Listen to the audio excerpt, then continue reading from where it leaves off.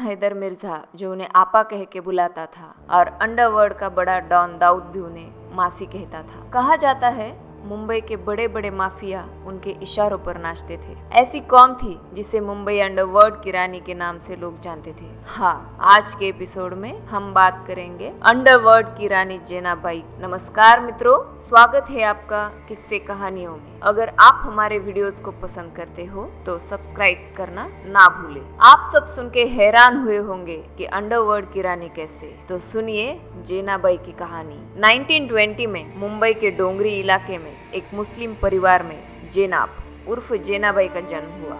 वो 6 भाई बहनों में से एक थी। उनका बचपन गरीबी में बीता। पिता गाड़ी खींचकर घर चलाया करते थे। जेनाबाई जब 14 साल की थी तब उन्होंने स्वतंत्रता की लड़ाई में गांधी जी और अन्य लोगों के साथ कंधे से कंधा मिलाकर हिस्सा लिया। आजादी के जंग में भाग लेने वाली आजाद भारत की पहली माफिया क्वीन कैसे बन गई? स्वतंत्रता की लड़ाई में वो मुस्लिम होकर भी हिंदू लोगों को घर में सहारा देती थी। तब उनके पति मोहम्मद शाह दरवेश नाराज होते थे। देश आजाद हो गया और हिंदू मुस्लिम बंटवारा हुआ। उस वक्त उनके पति अकेले हिंदुस्तान चले गए क्योंकि जेनाबाई की मुंबई छोड़ने की इच्छा नहीं। उन दिनों नया देश था, लेकिन मुसीबतें उससे ज्यादा नहीं थी। देश में राशन की कमी हुई। राज्य सरकार ने सस्ती दरों पर राशन देने की योजना शुरू। परिवार पर आर्थिक संकट आने की वजह से जेनाबाई ने चावल बेचने का काम शुरू किया, लेकिन बाद में राशन की तस्करी करना शुरू किया। उस वक्त उसे जेनाबाई चावल वाली कह के पुकारते थे, लेकिन कुछ दिनों बाद माफिया